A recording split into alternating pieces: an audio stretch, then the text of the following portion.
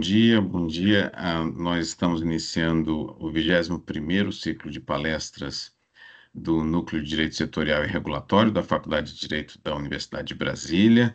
É o segundo dia, na verdade, desse ciclo e nós temos o prazer de receber a doutora Marina Vilela Soares, que falará sobre conectividade significativa na Amazônia, uma análise sobre o programa Amazônia Integrada e Sustentável. A doutora Marina Vilela Soares é mestre em Direito em Ciências Políticas pela UNB, com enfoque na relação entre TICs e democracia, especialista em regulação de telecomunicações pela Universidade de Brasília e bacharel em Direito pela mesma instituição. Desde 2005 é servidora de carreira de especialista de regulação da Agência Nacional de Telecomunicações e é chefe de gabinete do conselheiro Alexandre Freire na Agência Nacional de Telecomunicações. Pessoalmente, é um prazer tê-la aqui conosco, Marina, que já nos conhecemos há tanto tempo, né? E ver como que tem sido instrumental a realização de programas relevantes de políticas públicas brasileiras aplicadas em telecomunicações. Então, sem mais delongas, eu passo a palavra à nossa palestrante de hoje, agradecendo muito a sua gentileza de estar aqui conosco.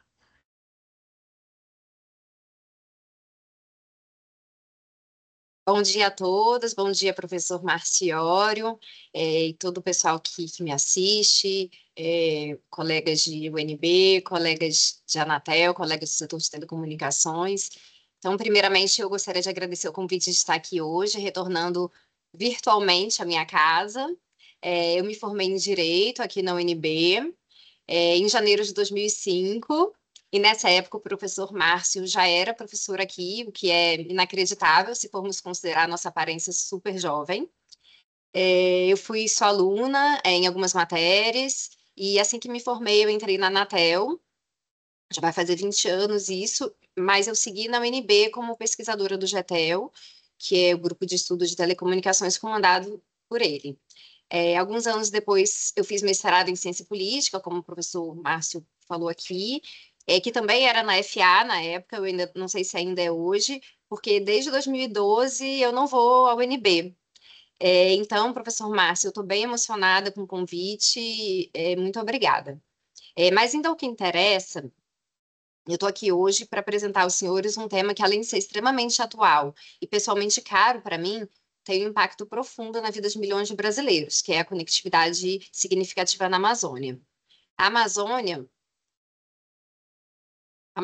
ao mesmo tempo que é uma das regiões mais ricas em nosso país, em termos de recursos naturais, é também uma das mais desafiadoras, quando pensamos no desenvolvimento de políticas públicas. Mas, o que é conectividade significativa? Há alguns anos, já se discute sobre a importância da inclusão digital para a inserção social e econômica dos cidadãos, e essas discussões aumentaram bastante no período da pandemia e pós-pandemia. Quando falamos de inclusão digital, não estamos falando só de acesso à internet. Estamos falando de oportunidade, de educação, saúde, emprego e, acima de tudo, de transformar vidas. Então, conectividade significativa é um conceito que surgiu em 2019, a partir de discussões no âmbito de uma organização global chamada Aliança para a Internet Acessível, que é A4AI, formada por membros tanto da sociedade civil, dos setores público e privado, com a ideia de estabelecer os requisitos mínimos para que a conectividade seja capaz de efetivamente trazer inclusão digital. Inicialmente, foram estabelecidos 4 requisitos por essa associação, né, no primeiro trabalho publicado por ela.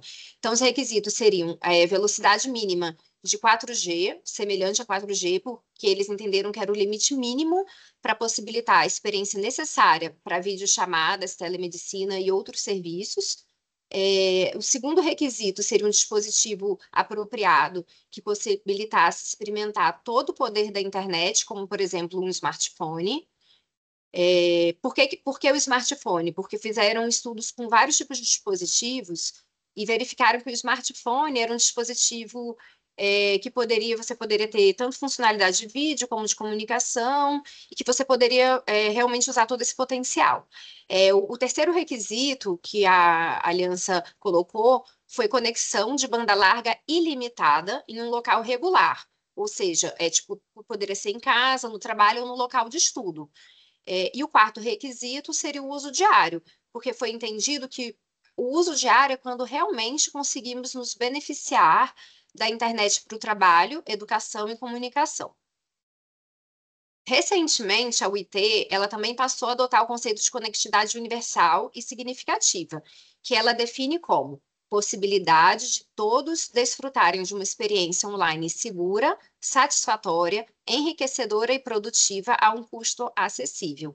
Com isso, foram acrescentados nesse conceito mais alguns requisitos, né, mais alguns elementos, como a importância da acessibilidade econômica, das habilidades digitais para uso e também da segurança e proteção para que as pessoas tenham confiança para acessar a internet.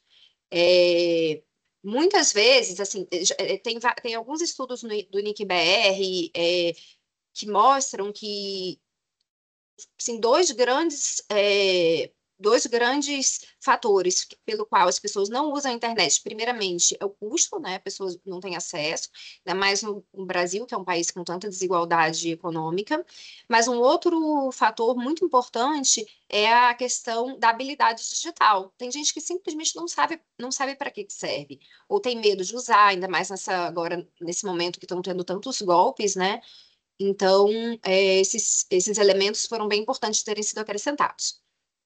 Mas, enfim, voltando aqui, quando eu ouvi pela primeira vez sobre conectividade significativa, eu confesso que eu fiquei super empolgada. Super empolgada. Eu tenho até um amigo, muitos conhecem aqui, que é o Ronaldo, que ele falou, tipo, ele brincava comigo, vendo minha empolgação. Ele, nossa, agora chegou a vez, da galera de humanas no mundo das telecomunicações. Porque, assim, esse conceito, ele me transportou imediatamente por um tempo que eu já nem me lembrava mais, lá pelos anos de 2008, quando a banda larga ela já estava se expandindo bastante e começando a ganhar mais importância que a telefonia em si.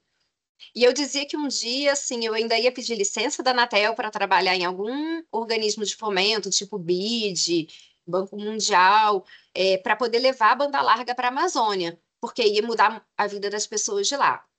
Eu não imaginava naquela época a dimensão que as coisas iam tomar, porque imagina, isso era em 2008, a gente estava discutindo renovação de contratos de concessão, de telefonia fixa, né? Então eu não tinha noção da proporção.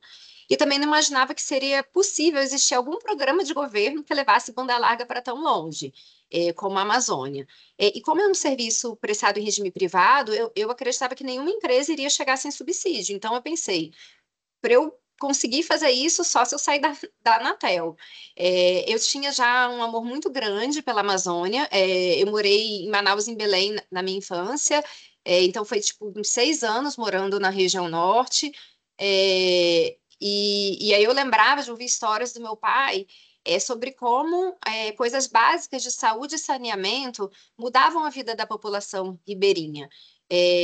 Meu pai, ele não é médico, meu pai era da Marinha, ele trabalhou num navio hospital, e eles prestavam atendimento de saúde para a população ribeirinha, iam percorrendo os leitos dos rios e falava às vezes, escovar um dente, isso assim, na década de 80, né?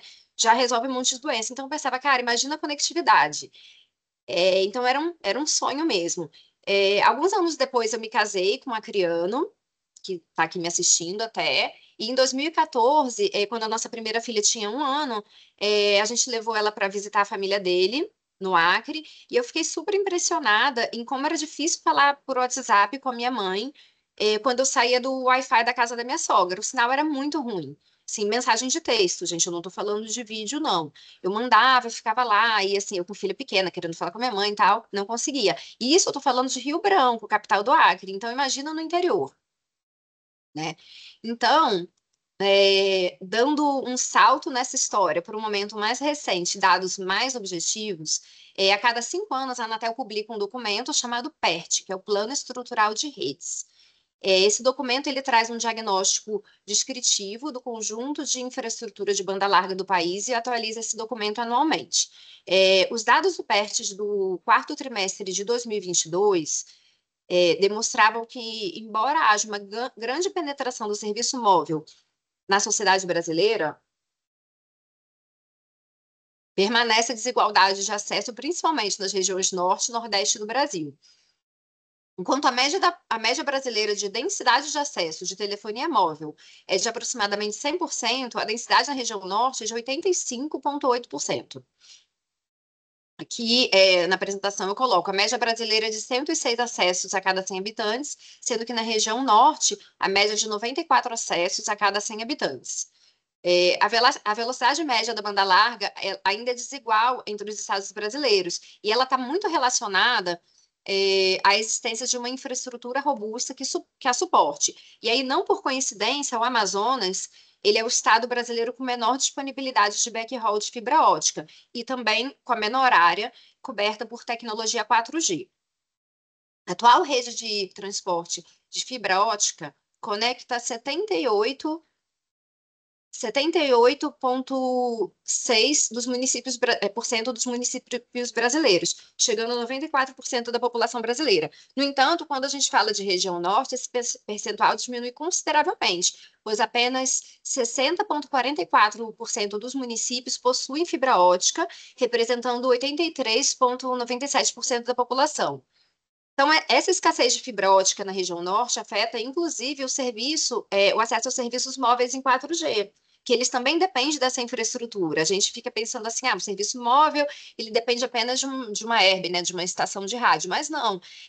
Para o sinal chegar para o sinal ser escoado para essa estação de rádio, ele depende de uma estrutura robusta, e na grande parte das vezes é a fibra ótica que leva, né, são backbones e backhauls que são como se fossem grandes avenidas, que levam esse sinal que vai para a estação de rádio até chegar a nós, né?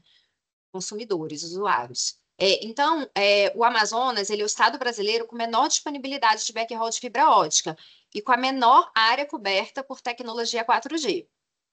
Apenas 25 dos seus 62 municípios dispõem de backhaul de fibra ótica, totalizando 40,3% do total de municípios. E, pasmem, somente 1,18% da sua área está coberta por tecnologia 4G, o que representa 81,72% dos seus moradores. Muito embora a quantidade ínfima da área coberta represente grande parte da população do estado, já que existem grandes áreas de floresta, ainda é um número muito inferior aos 93,16% da média nacional, deixando cerca de 20% da população, isso é um percentual bastante considerável sem cobertura 4G. E aí, assim, pessoal, só fazendo um parêntese, quando a gente fala de 1,18% só da área, é um número que assusta, né? A gente olha e fala, cara, é muito pouco, mas, assim, obviamente, a gente está falando de Amazônia, a gente está falando de grandes áreas de floresta, mas nós temos já centros de trabalhos na floresta também, que também poderiam se beneficiar dessa conectividade. Então, assim, eu não estou falando de conectar a floresta inteira, não tem nem gente para isso, mas, assim, esses números eu acredito que precisam melhorar. E por esse motivo, e também por todo o resto que eu comentei aqui, eu escolhi falar sobre conectividade significativa na Amazônia, realizando mais especificamente uma análise sobre como o Programa Amazônia Integrada e Sustentável, que é um programa do governo federal, pode contribuir com a conectividade significativa na Amazônia. Então, eu vou explicar um pouquinho o que é esse programa aqui, e depois eu vou pegar aqueles conceitos que eu trouxe para vocês de conectividade significativa e fazer uma análise, fazer um paralelo. Quem tiver alguma dúvida, a qualquer momento pode me interromper, tá bom? Eu não estou conseguindo ver as pessoas, porque eu estou fazendo a apresentação, mas fiquem à vontade. Bom, então, em 2019, o MCTIC, na época, o Ministério das Comunicações e o MCTI eram um ministério só. Então, comunicações ficava dentro do MCTIC. Então, o MCTIC, que era o Ministério de Ciência, Tecnologia, Informação e Comunicações, ele criou o Programa Amazônia Integrado Sustentável, PAIS, que depois, quando teve a separação, né, dos ministérios, ele foi repassado ao MCOM, ao Ministério das Comunicações, quando da sua recriação, e esse programa ele foi criado justamente com a finalidade de expandir a infraestrutura de comunicações na Amazônia, por meio de implantação de redes de fibra ótica de alta capacidade de baixa latência, majoritariamente subfluviais, ao longo dos rios da região, e de redes metropolitanas nos municípios conectados às referidas redes de transporte.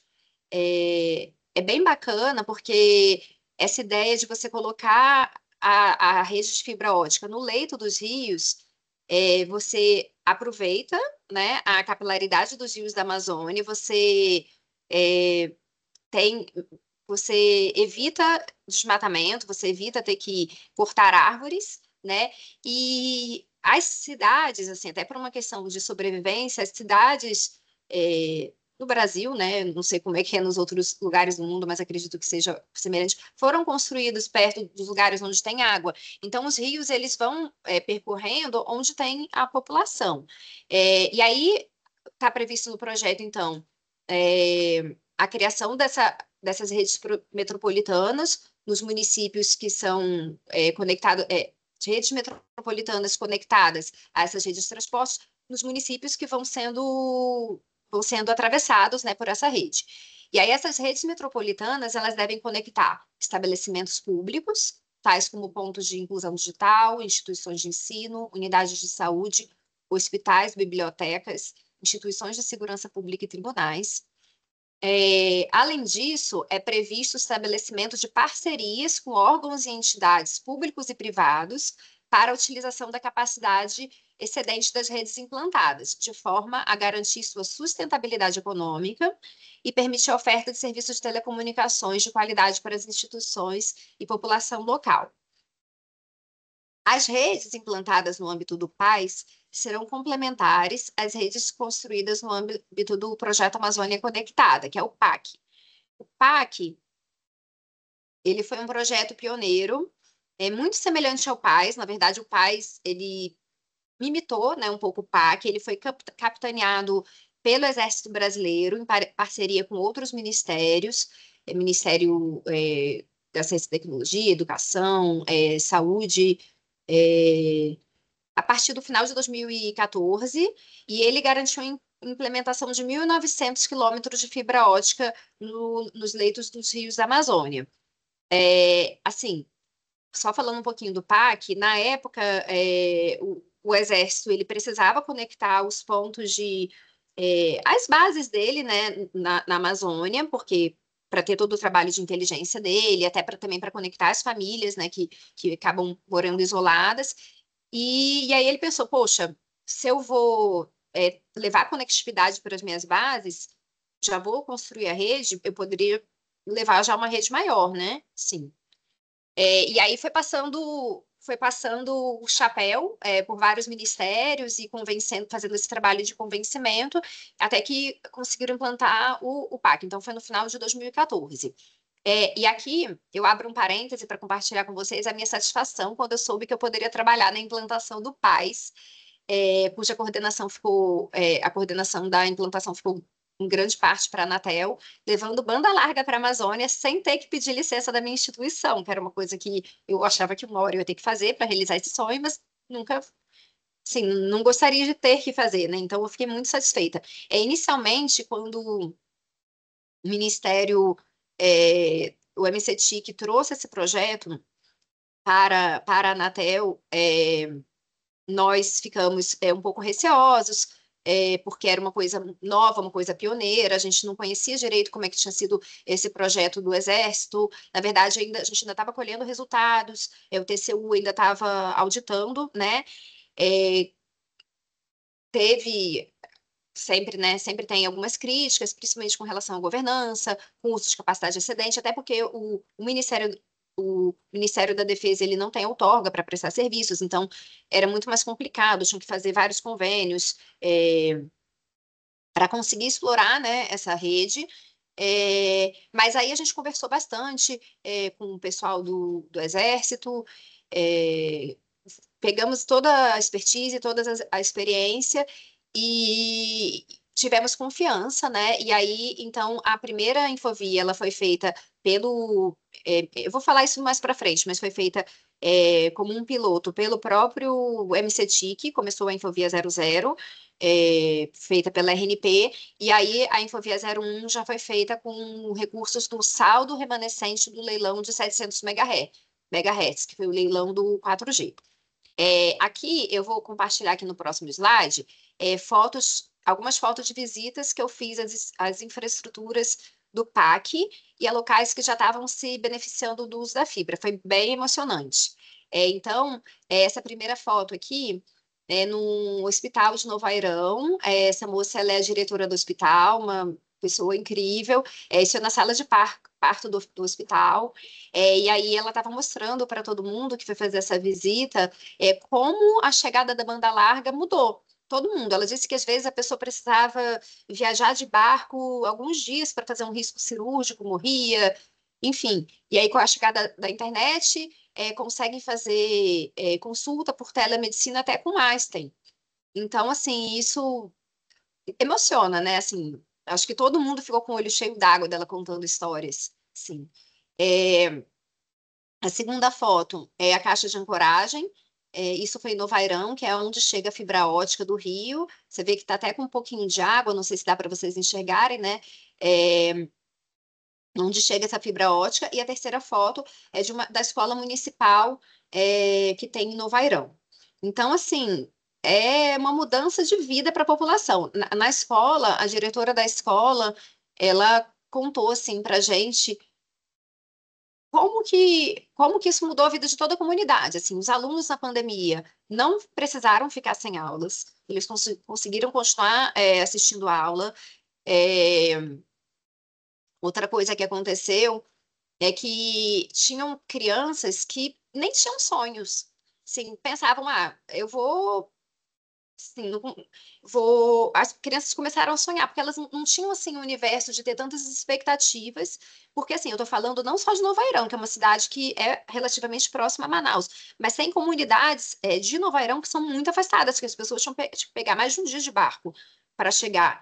E aí as pessoas começaram a ir, passar fim de semana na escola, a escola abria fim de semana para as crianças estudarem para o Enem, então elas começaram a sonhar com um futuro, sonhar com uma profissão, enfim, foi uma visita bem legal, bem bacana. Eu me lembro quando eu fiz essa primeira visita, eu voltei assim, falando, cara, isso é o tipo de trabalho que faz valer a pena, faz a gente ver que, enfim, que a gente está fazendo uma coisa boa, sabe, para a sociedade. Então, voltando aqui, que eu me emociono, o PAS, ele surgiu, portanto, como um programa em continuação a esse projeto do PAC, a partir da experiência e aprendizados obtidos, de forma a expandir a rede implementada, aumentar a capacidade de novas redes e aperfeiçoar a governança do uso das redes.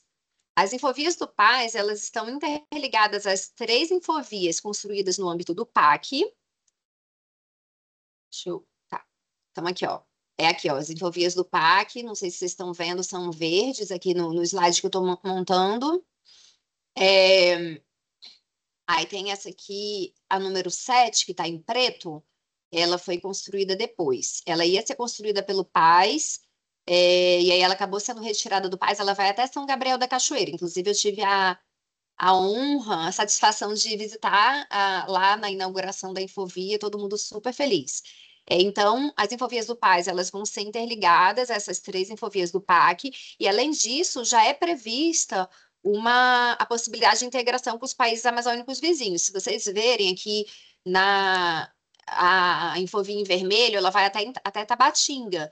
E ela vai ser conectada já com Letícia, o governo federal, né? Ele já fez um acordo de cooperação com o governo da Colômbia, e eu sei que já tem trabalhos para construir essas infovias na Colômbia. É assim, os países amazônicos ficaram super interessados nesse projeto.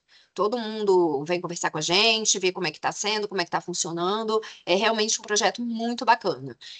Só contar mais uma historinha, depois eu prometo que eu paro de historinhas. Quando eu fui visitar São Gabriel da Cachoeira, na inauguração dessa infovia, que seria 07, mas que o Exército acabou fazendo antes, a chefe do hospital a diretora do hospital lá, porque eu falei de coisas bem legais, assim, de risco cirúrgico, de salvar vidas, mas eu estou agora falando de uma coisa administrativa. A diretora do hospital estava, assim, emocionadíssima, porque ela trabalhava em outra cidade, que mais, assim, que tinha internet e tudo, e ela foi lá para São Gabriel da Cachoeira. Ela disse que teve uma vez que ela passou uma manhã inteira para conseguir fazer um orçamento de um tomate. Tinha uma lista inteira de orçamentos para fazer, porque a internet não pegava, ela tinha que fazer a licitação. Então, ela estava super empolgada. Isso para vocês terem uma noção das dificuldades que às vezes a gente esquece, porque, enfim, a gente já nem lembra mais como é que era, né? Aquela coisa da internet ficar super lenta. Então, de acordo com os dados do governo federal, o Norte Conectado, que é um programa de governo que ele engloba o PAS, também GESAC, que é conexão com satélites, etc., ele contará com 8 infovias, somando aproximadamente 12 mil quilômetros de extensão de fibra ótica, 1,3 bilhões de investimento em todo o projeto, 10 milhões de pessoas beneficiadas, 59 municípios atendidos nos estados do Acre, Amapá, Amazonas, Pará, Rondônia e Roraima.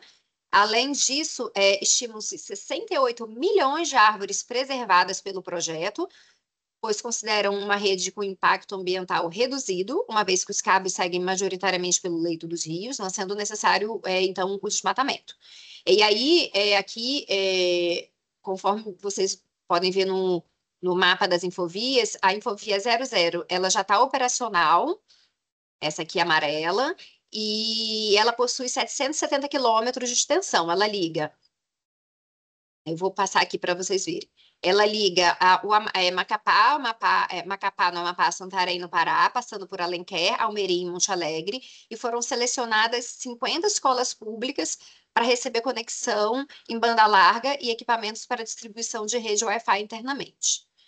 A Infovia 01, ela foi inaugurada em agosto de 2023, possui 1.070 quilômetros de cabeamento aquático, interliga os municípios de Santarém e Manaus, passando por um total de 11 municípios, incluindo rede metropolitana em cada um deles, conectando 132 escolas estaduais e municipais, interligando 12 institutos federais, fornecendo acesso digital a 11 hospitais públicos, integrando 9 fóruns de justiça, além de organizações militares.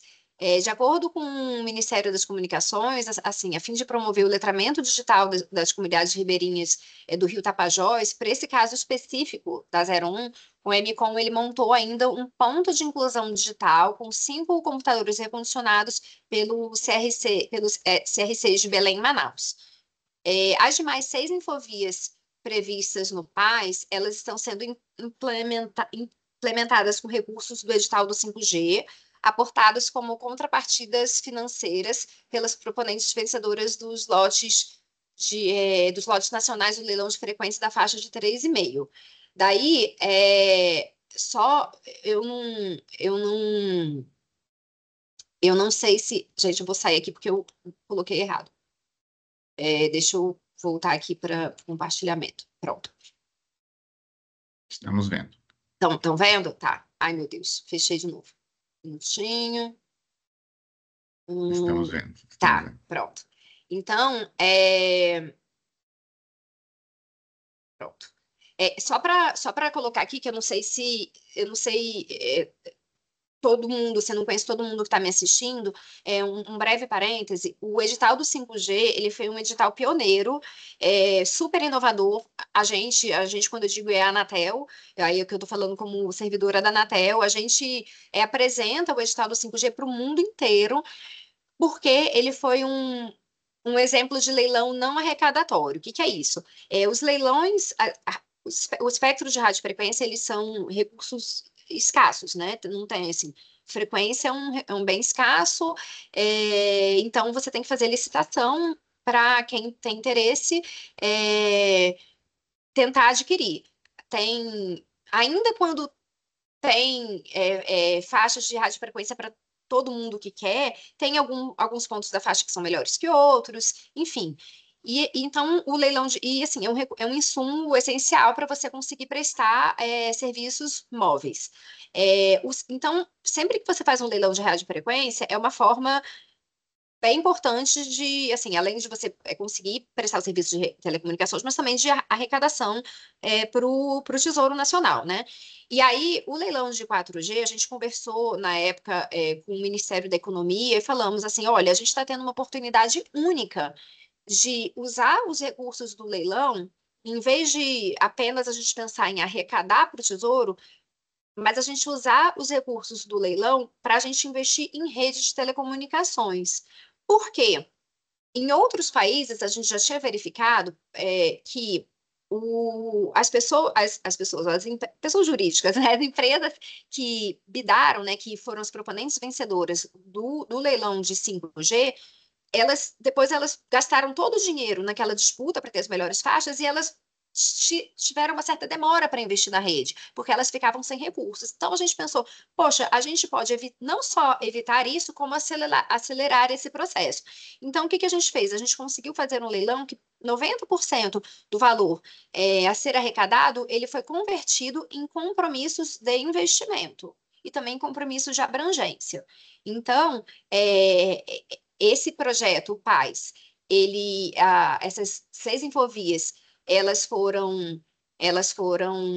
estão sendo implementadas com recurso do edital de 5G, que reservou 1,5 bilhões para ser aportado como contrapartida financeira. Então, é isso, assim, a gente fica pensando, quando que assim, eu conversei bastante até com os presidentes, vice-presidentes das empresas, quando que sem obrigação uma prestadora de telecomunicações ela chegaria nos rincões no interior da Amazônia? Não chegaria, porque assim, você está falando de levar a infraestrutura para um lugar que é muito caro, é muito difícil chegar, que são poucas pessoas. Então, assim, pode chegar? Vai chegar, mas primeiro vão priorizar chegar em lugares que têm um retorno econômico melhor. Então, é só para entender a lógica e assim a grandiosidade desse projeto mesmo.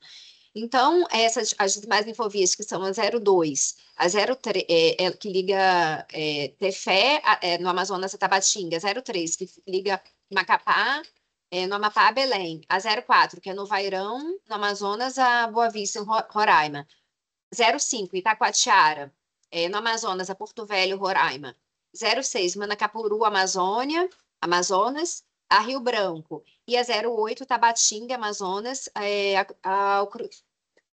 a, a Cruzeiro, no Amazonas. Só um minutinho. Isso. Desculpa, gente. Obrigada. Sem café não dá.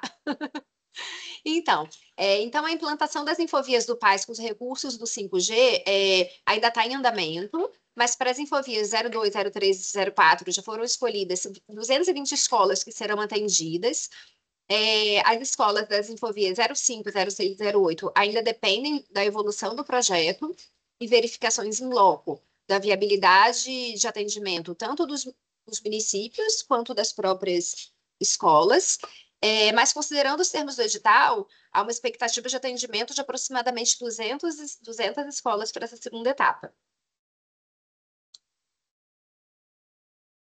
Um esclarecimento importante é que o projeto ele prevê somente a implantação física da conectividade ótica, de modo que o atendimento se limita às instalações de roteador ótico Wi-Fi nas dependências de cada escola, interligado à rede metropolitana ótica implantada, não incluindo o projeto, não sendo incluído no projeto instalação de rede interna, contratação de serviços de acesso à internet para os pontos de atendimento, tampouco a compra de computadores e notebooks.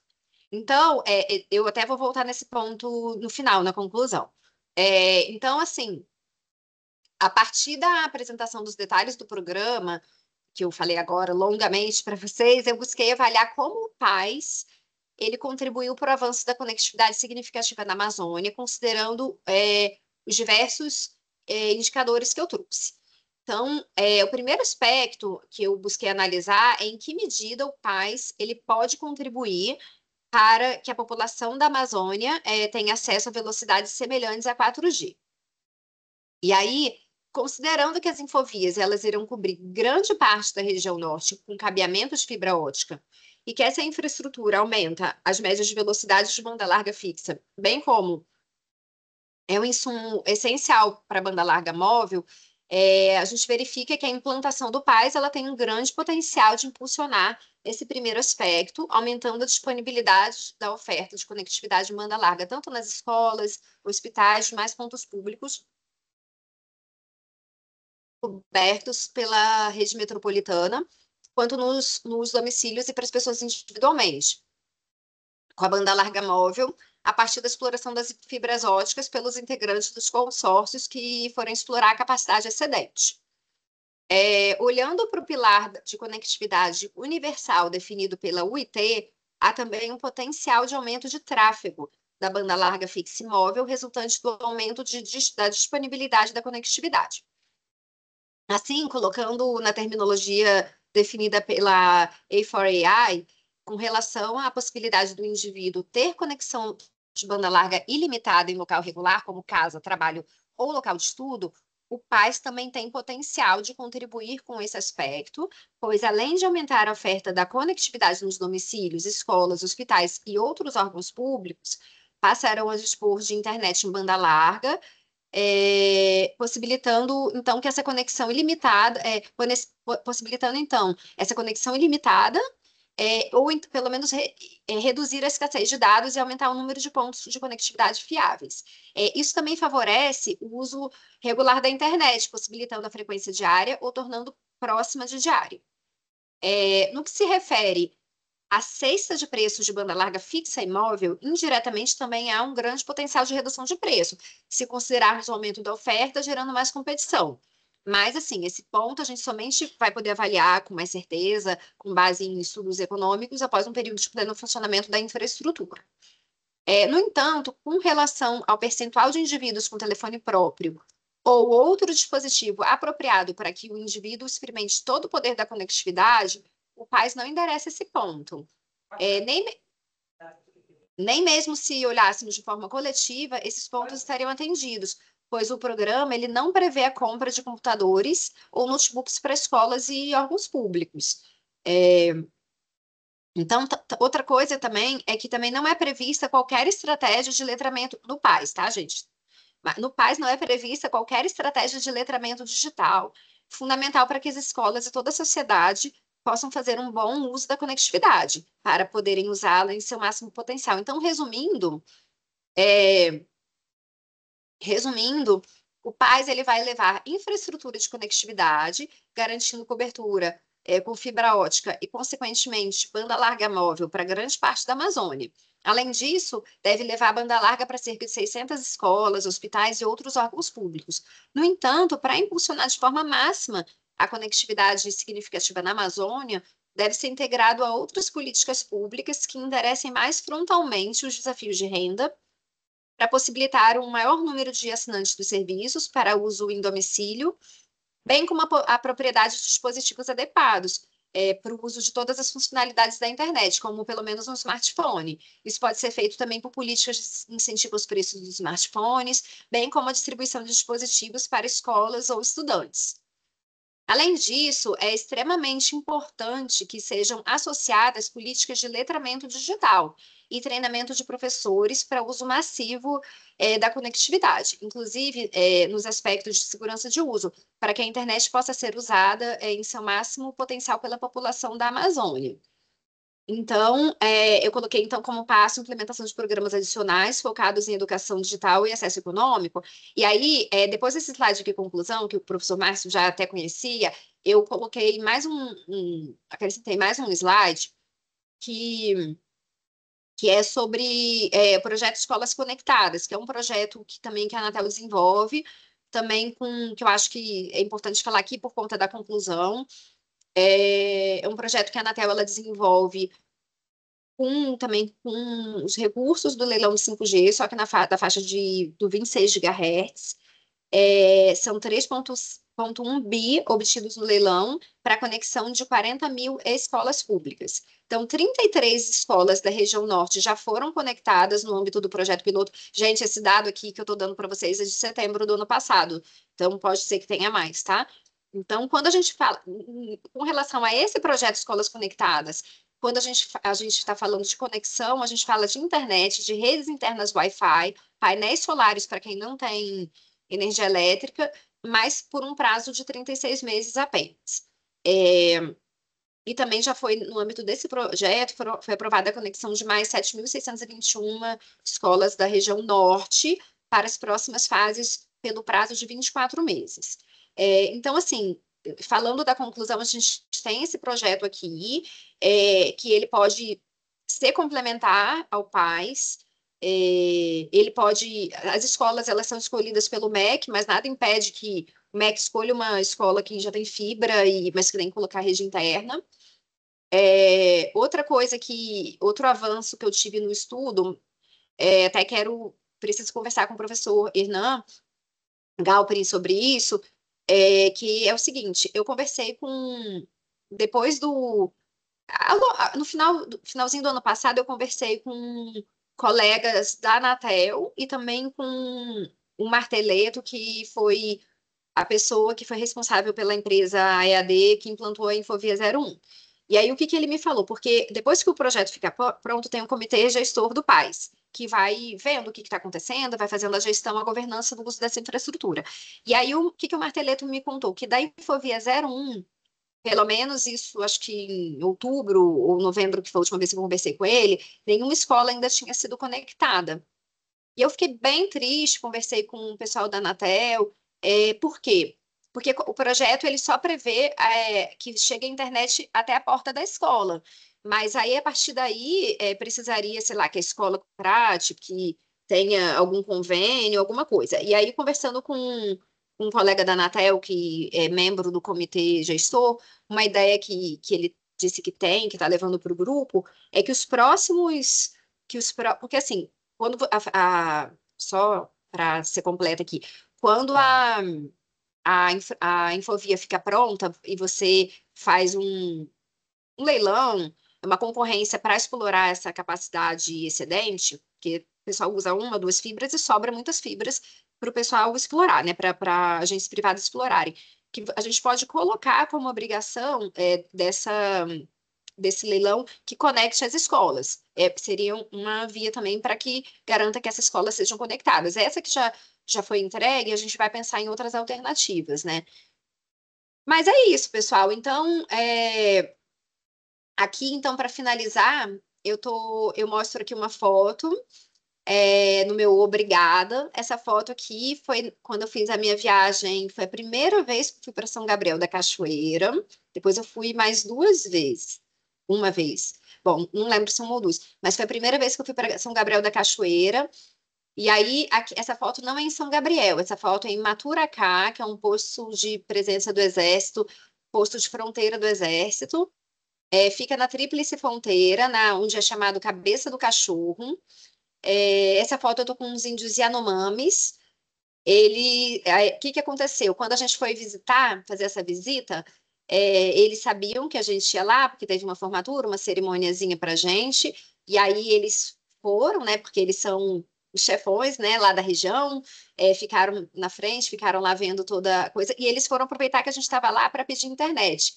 Lá em Maturacá, que é bem distante, o lugar mais perto para chegar lá é São Gabriel da Cachoeira, mas ele faz parte de um outro município do Amazonas. São Gabriel da Cachoeira, para vocês terem uma ideia, é o maior município do Amazonas.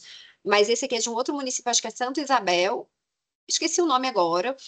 É, mas a fibra tão cedo não vai chegar lá, é muito isolada mesmo. Mas o que que eles foram fazer lá? Eles foram pedir internet. Porque ainda que tivesse um GSAC na época, que era uma velocidade super baixa, os índios eles iam lá, assim, esse posto aqui tem 1.000 pessoas mais ou menos que moram, né, da família do Exército. Mas os índios eles iam lá conseguir tentar se conectar para conseguir ter acesso a saúde, alguma coisa que eles precisam, né, para poder usar a internet também. E eles foram lá para falar, olha, a gente quer internet. Então, depois dessa visita, a gente conseguiu fazer uma conexão entre o Exército e a Telebrás. Então, a Telebrás começou a prestar serviços nessa comunidade por satélite, com parceria com a Viasat, e melhorou muito a situação lá. Mas eu escolhi colocar essa foto porque eu acho que ela representa Um desejo que eu tenho que a internet ela chegue para todo mundo, em todos os lugares, sem deixar ninguém para trás. E é por isso que eu tenho muito orgulho desse projeto. Eu acho que ele já é um passinho a mais que o governo brasileiro, a Anatel, a sociedade, né, que a gente está, as empresas também, né, que se prestaram a isso, a gente está dando para conectar o Brasil. E é isso, pessoal. Obrigada. É, Muito obrigado, Marina, pela excelente apresentação. É um tema importantíssimo e fico feliz que também tenha sido o tema da sua vocação e das suas preocupações, né, humanistas, né? De fato, Marina, esse é o grande tema que o Brasil enfrenta em termos de expansão da banda larga, da internet e da cidadania digital, né? E esses problemas são problemas que é, afetam a política pública brasileira desde o início da implementação do Fundo de Universalização dos Serviços de Telecomunicações, né? A Anatel tentou, desde o início, utilizar o fundo, inclusive, para fornecer computadores para crianças em escolas. Você conhece bem essa novela, né? Uma novela que em que a Anatel praticamente brigou contra todas as instituições de controle infelizmente, evidentemente, teve que ceder, e o fundo permaneceu sem uso, praticamente sem uso, durante quase 20 anos, né? Ou mais de 20 anos, né? É, esse era o grande, era uma grande dificuldade, e essa inovação regulatória que a Anatel fez de direcionar recursos das licitações, né, dos leilões de radiofrequência para reguladores substitutos, né, que acabam administrando recursos em âmbito privado, mas sob controle, né, da agência, é o que deu o grande diferencial e permite que programas como esse sejam implementados, né? Mas mesmo esses avanços sofreram alguns reveses, né? Então, eu só queria entender como que, é, é, por exemplo, o PAS, como você bem disse, ele não pode ser utilizado para, ele não está sendo utilizado para, né, fornecimento dos terminais, né, dos computadores para as crianças nas escolas, mas chega a ser infraestrutura lá, o que já é muito importante, mas em termos de conectividade significativa, existe essa defasagem, né? O fundo de universalização, ele agora já poderia, né, utilizar esses recursos para esse fim, mas um fundo que foi extirpado, né, né, de toda a arrecadação até o início, até o ano passado, né, retrasado, e começou a contar do zero novamente a partir desse período, né? E quer dizer, a minha pergunta é muito mais uma pergunta de sua impressão de como que as coisas, como que estão as instituições caminhando para para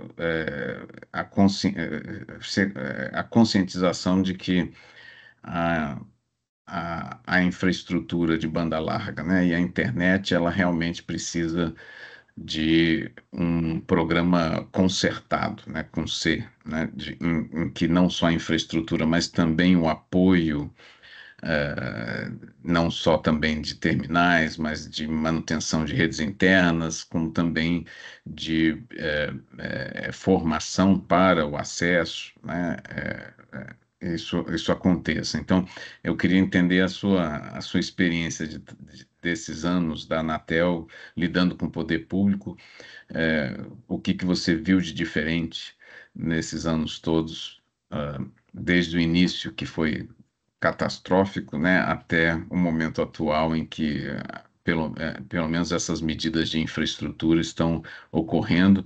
Embora, se eu me lembro bem, e me corrija se eu estiver errado, houve uma tentativa dentro da Anatel de que os projetos de infraestrutura ficassem é, ligados, né, aos projetos de acesso interno e de disponibilização de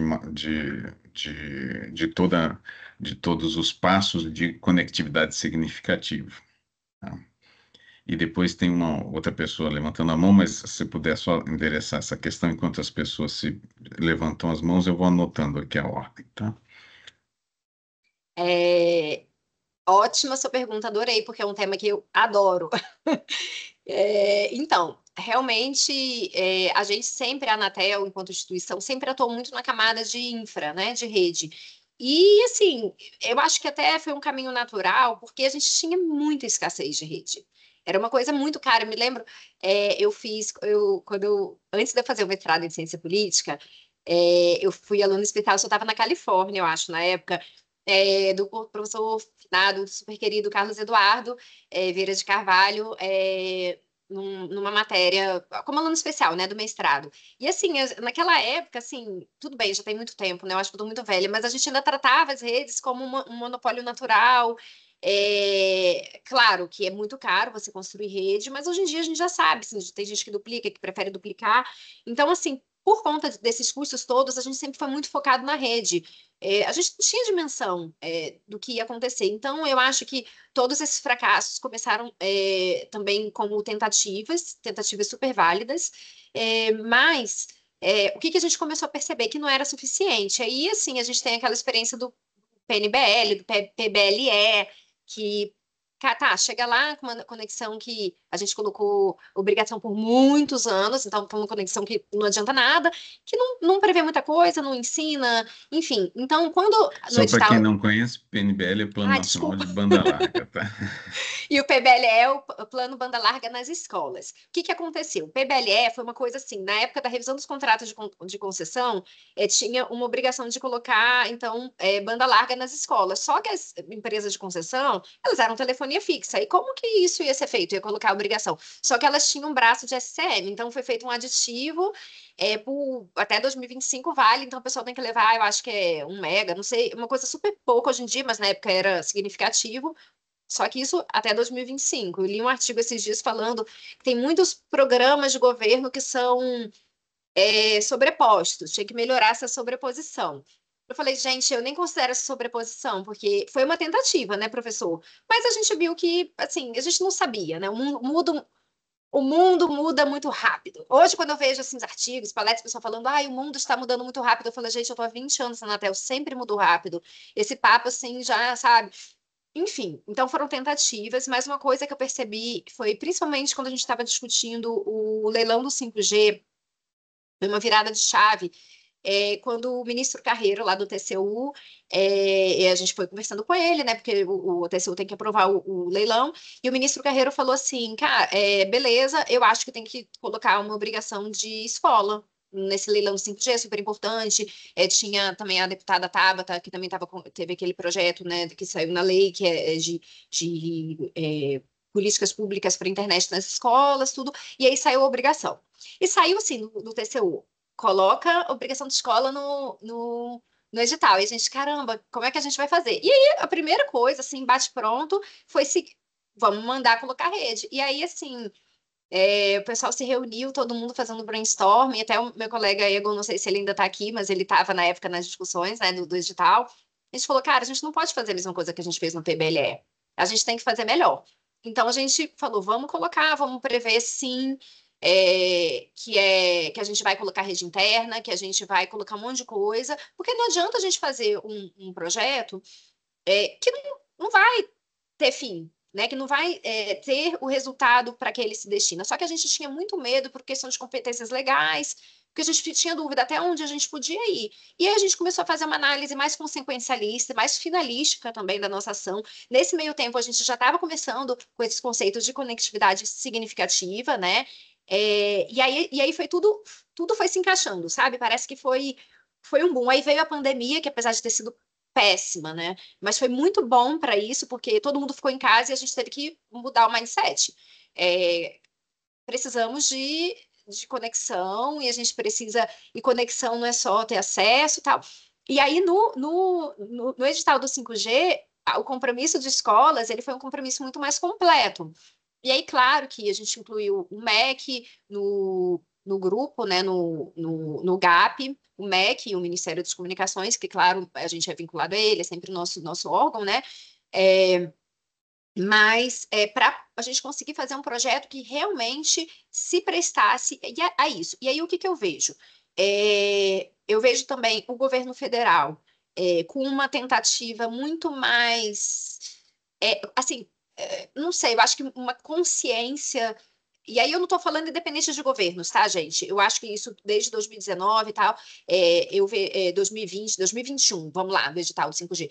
Eu vejo, para não falar que é um governo ou outro, eu vejo o governo federal com muito mais consciência de que tem que harmonizar essas políticas para chegar num fim. Claro que não é fácil quando você envolve, por mais que a gente fale em um governo só, quando você envolve mais de uma instituição pública, de um órgão público, mais de um ministério, são microfeudos, micropoderes, as pessoas que eu digo são as instituições, elas têm seus interesses, suas prioridades próprias, mas eu vejo uma tentativa, sabe, uma tentativa de harmonizar, de orquestrar melhor. Por parte da Anatel, que eu posso falar com mais propriedade, a gente também tem tentado ir além. Então, por exemplo, o nosso plano estratégico, o professor Márcio conhece demais, ele, né, faz um trabalho incrível, assim, a gente coloca no nosso, já coloca como nossa missão, assim, conectar pessoas ou melhorar, não vou falar de cabeça, tá? Melhorar a conectividade para transformar a vida das pessoas. Então, a gente saiu daquela ideia de só, tipo, leva cabo, leva fibra, até porque a gente não tá mudando, né? E a gente começou a falar muito de conectividade significativa. A Superintendência de Relações com Consumidores, a SRC, ela não lida só com relação de consumo hoje em dia, ela pegou o tema conectividade significativa para ela, porque é fundamental para educação para consumo, para formar consumidores, para ser consumidor, né? Então, ano passado publicaram um diagnóstico incrível sobre isso. O Egon também, citando ele mais uma vez, é que ele agora está trabalhando comigo. Roubei ele da SRC, mas o Egon, ele fez um trabalho super bacana sobre habilidades digitais, que a gente também, a Anatel, a gente já tem projetos. Você vê, em 2019, a gente morria de medo, que a gente falava, cara, será que a gente pode fazer isso? Será que a gente tem competência para isso? Sim, porque a gente precisa, para as pessoas serem consumidores, para a gente educar para o consumo, a gente tem que formar os consumidores. Então, assim, a gente tem atuado bastante nisso. Eu, particularmente, trabalho com o conselheiro Alexandre Freire, atualmente sou chefe de gabinete dele. O conselheiro Alexandre, ele tem trabalhado muito com obrigações de fazer diferentes do padrão, né, das obrigações de prateleira que a Anatel já tinha. A gente tinha, o que são obrigações de fazer? Quando a gente instrui um processo de descumprimento de obrigação de uma empresa, se a empresa a gente verifica que está errado, a gente aplica multa. E aí é previsto na regulamentação que a gente pode. Isso depois de passar por toda a fiscalização regulatória, senão o professor Márcio aqui vai me dar um puxão de orelha, né? A gente tenta fazer um diálogo, tudo quando não tem jeito, a gente sanciona a empresa. E aí, a gente sancionou a empresa, a gente pode converter essa multa em obrigação de fazer. E as obrigações de fazer mais tradicionais eram a gente levar fibra e a gente levar 4G. E aí, ano passado, a gente conseguiu aprovar uma primeira de levar internet para as escolas. Já foi, assim, um super avanço, a gente discutiu, assim, pode, não pode e tal. E aí, ano passado, o conselheiro Alexandre, ele já com essa preocupação, a gente aprovou uma de escolas, ele propôs uma de escolas, e também levou uma primeira de mulheres, que foi um programa de letramento voltado para mulheres em situação de vulnerabilidade. Você faz um treinamento com essas mulheres, primeiro ensina até direitos humanos, a parte básica inicial, e depois você faz letramento digital. E aí, quem tiver 75% de presença, né, no curso, ao final ganham o celular, porque assim, para fazer esse curso, são mulheres em vulnerabilidade, né? Então elas têm todo o material. Quem conseguir 75% de presença no curso, aí ganha o smartphone. Por quê? Porque a gente precisa fazer alguma coisa. Então assim, a gente. E aí, só complementando isso, isso foi toda uma construção que a gente fez perante o nosso RAS, perante a LGD, a gente acredita que a gente já pode. Mas tanto é que, né, que a gente propôs, mas para evitar qualquer discussão e para deixar todo mundo muito tranquilo, as áreas técnicas com isso, No final do ano passado, o RASA, que é o Regulamento de Sanções da Anatel, a Cristiana Camarati, ela estava como conselheira substituta, ela relatou uma mudança no RASA, já propondo que as obrigações de fazer, propondo alterações, que elas podem focar também em questões de conectividade significativa e também de sustentabilidade ambiental, porque assim, o digital hoje em dia permeia tudo. E além do PERT, porque muitas as obrigações de fazer, a gente sempre olhava o PERT, né, que é o programa de rede, o plano estrutural de redes que eu falei anteriormente. Mas a gente vai fazer também um plano de conectividade significativa, que vai ser um diagnóstico de como é que a gente está e onde a gente tem que focar. Isso vai auxiliar todo o governo federal, não só o Ministério das Comunicações, MCTIC, MGI, Ministério da tudo. Ele vai ajudar todo mundo e a gente vai conseguir focar vai ajudar tanto nas políticas públicas de conectividade significativa, mas também vai ajudar, quero colocar uma obrigação de fazer. E aí a gente já sabe exatamente, tem um diagnóstico de onde a gente pode ir. Não sei se eu respondi a sua pergunta ou só aproveitei para falar de uma coisa que eu gosto muito. Perfeitamente, Marina. Obrigado, viu? Olha, nós temos mais perguntas. Eu vou então vamos passar a palavra à Larissa Maria, primeiramente. Bom dia a todos. Me ouvem bem? Sim. Sim. Doutora Marina, eu gostaria de saber quais são os principais desafios enfrentados para a implementação de programas adicionais e dar continuidade também aos programas de educação digital na Amazônia. Obrigada. Bom, o principal desafio inicialmente era como vamos fazer, né? E aí, assim, no caso do PAIS, que eu falei que a gente já tinha experiência do Exército, a gente foi lá visitar. Quando a gente começou a implantação com os recursos do 5G, a gente conversou com o pessoal do Ministério da Defesa, o pessoal do Exército especificamente, levou os vice-presidentes das empresas que iam construir a rede e o presidente da EAF, que é assim, ó, só para vocês saberem, quando as empresas elas ganharam o leilão, tinham a obrigação de constituir uma entidade, é uma coisa diferente que é feita no Brasil, que alguns lugares estão até olhando como é que é. Não é a empresa que vai lá, esses compromissos, tipo paz, não é a empresa diretamente que ela faz, ela constitui uma entidade, que é a EAF, no caso do 5G, eles aportam recursos nessa entidade como entidade terceira, e aí que tem todo um compliance, auditoria, e aí essa entidade ela implanta os projetos. Então a gente levou os vice-presidentes das empresas e o presidente e mais uma pessoa que trabalhava com ele lá para ver tudo essas fotos que eu mostrei para vocês. Depois a gente levou eles lá para ver as infraestruturas do parque, conversar com o pessoal do Exército, conversar com o pessoal que implantou para conhecer a experiência deles, colocou eles em contato também direto. Então, assim, para saber o como, né? Teve toda uma discussão no TCU, se a gente podia, não podia, questionamento, tinha gente que achava que não podia. Então, tem toda uma. Assim, a gente é super controlado, né? Gestor público tem que ter coragem. E aí a gente teve toda essa discussão de convencimento com o governo, com os órgãos de controle, com as próprias empresas, né, que elas contribuem nos editais, na consulta pública, conscientizamos, levamos para ver como é que fazia, e estamos fazendo, tá funcionando, tá dando certo. E aí, a parte de educação digital, assim, a dificuldade é que, como eu falei, assim, são vários órgãos públicos, não é só a Anatel. Quando você fala assim, vamos fazer uma coisa na Anatel, pode ser difícil, mas é só um microcosmo. Quando você envolve vários, ó, na Anatel é tranquilo, mas assim, já é um colegiado com cinco, são cinco cabeças pensantes. Quando você envolve vários órgãos de governo, é mais gente para colocar na mesa, para discutir, para discordar, então a coisa tem um outro ritmo. Então, é esse processo de convencimento, e assim, a parte de educação digital a gente não pode fazer sozinho. Então, assim, hoje em dia, inclusão digital está muito mais capitaneado pelo MCTI, junto com o MEC. O MCTI, na verdade, está mais com a inteligência artificial e MEC. Então, assim, é uma coisa que a gente tem que estar sempre dialogando. E questões políticas, né? Uma hora tá favorável, uma hora não tá. Então, acho que quando sai da Anatel, a discussão deixa de ser tão técnica. Mas estamos indo. Estou bem feliz que a gente está conseguindo avançar. Não sei se respondi a sua pergunta. Respondeu sim, muito obrigada.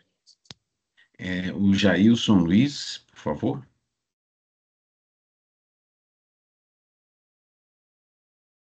Bom dia, vocês me ouvem bem? Sim. Bom dia a todos, bom dia, doutora Marina. Eu queria saber, assim, a respeito das perspectivas, assim, de longo prazo, né? Sobre a conectividade na Amazônia, né? E como a senhora vê que o país pode servir de modelo para outras regiões do Brasil ou do mundo, assim, quais os aprendizados que a gente pode exportar, né?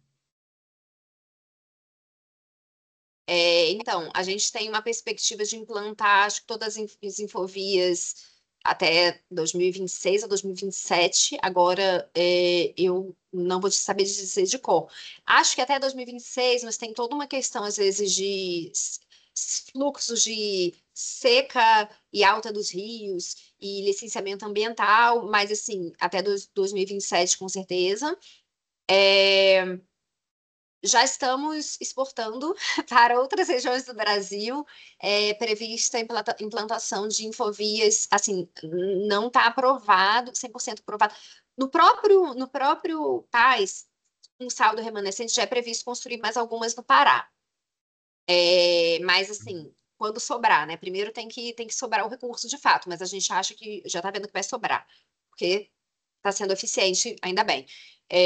Mas já é previsto no Maranhão também, e outros, como eu falei até na apresentação, outros países amazônicos estão super interessados. Então, Colômbia já estava começando a fazer, já tem projeto, assim, não começou a fazer fisicamente, né, a construção das obras, mas eles já estão conversando para a implantação. É, Ano passado teve um evento Amazon On em Manaus, e teve que já tinha tido um ano anterior, só que uma proporção bem menor. E aí outros países da região amazônica ficaram super interessados, estão pensando no modelo. Então a expectativa é muito alta. Teve o ex-conselheiro, nosso amigo, ex-aluno da UNB, Arthur Coimbra, procurador federal também. Ele foi ano passado, acho que em Portugal, na Ilha da Madeira, apresentar também para os países europeus esse projeto. O pessoal ficou super interessado. Não sei exatamente o que eles podem fazer nesse sentido de rios lá, mas assim, outros detalhes do projeto, o modelo, o fomento, assim, eles estão bem interessados. Eu particularmente apresentei algumas coisas desse projeto na COP 29 no Azerbaijão ano passado. Também, assim, quando a gente conta, todo mundo acha incrível, sabe? Uhum. Então, assim, agora na COP 30, que vai ser em Belém, o pessoal está super animado para ver o que avançou. Então, olha, todo leilão do 5G já é um motivo de muito orgulho para o Brasil. Esse projeto especificamente coloca a gente bem como um case mundial. Ok. Muito obrigado. Bom, eu não posso estressar o suficiente o que essa palestra significa em termos de evidência de como que aqui a Apsis chegou em um longo projeto de ajustes institucionais para que a política pública de conectividade realmente fosse resolutiva, né? Então, acho que foram grandes passos tomados, né, Marina? E para quem nos assiste agora e assiste a sua palestra, e assistirá essa palestra também, né, futuramente no canal do YouTube do Núcleo, essa descrição que foi sintética, né, pela complexidade do projeto, mas é muito precisa, ela mostra como que as instituições, o esforço hercúleo que as instituições brasileiras precisam empreender, principalmente a regulatória da agência reguladora da Anatel, em ultrapassar bloqueios que muitas das vezes são bloqueios jurídicos, né? Meramente de interpretação, mas que acabam se encastelando em estruturas de controle e impedindo, né, a evolução de uma regulação verdadeiramente resolutiva. Mas, felizmente, nessas estruturas estão alinhadas atualmente e permitiram esse projeto que, evidentemente, está tendo sucesso e mudando efetivamente a vida das pessoas, né? Que é o que se espera de uma boa atuação regulatória. Então, muito obrigado, doutora Marina, por essa sua exposição e, e encerramos, então, a nossa, a nossa palestra, que inaugura o segundo dia do 21º ciclo de palestra do Núcleo de Direito Setorial e Regulatório da Faculdade de Direito da UNB, deixando, evidentemente, as últimas palavras à nossa palestrante. Eu só tenho a agradecer o convite mais uma vez, fiquei super feliz, super emocionada, super honrada, admiro demais o senhor, meu professor querido, é, e é uma alegria muito grande falar para esse público, falar um pouquinho fora da Anatel, fora do setor também. Eu sei que tem pessoas do setor aqui que me assistem, mas pessoas de fora, e contar um pouquinho do que a gente está fazendo, né? Então, muito obrigada mesmo, sempre conte comigo quando precisar.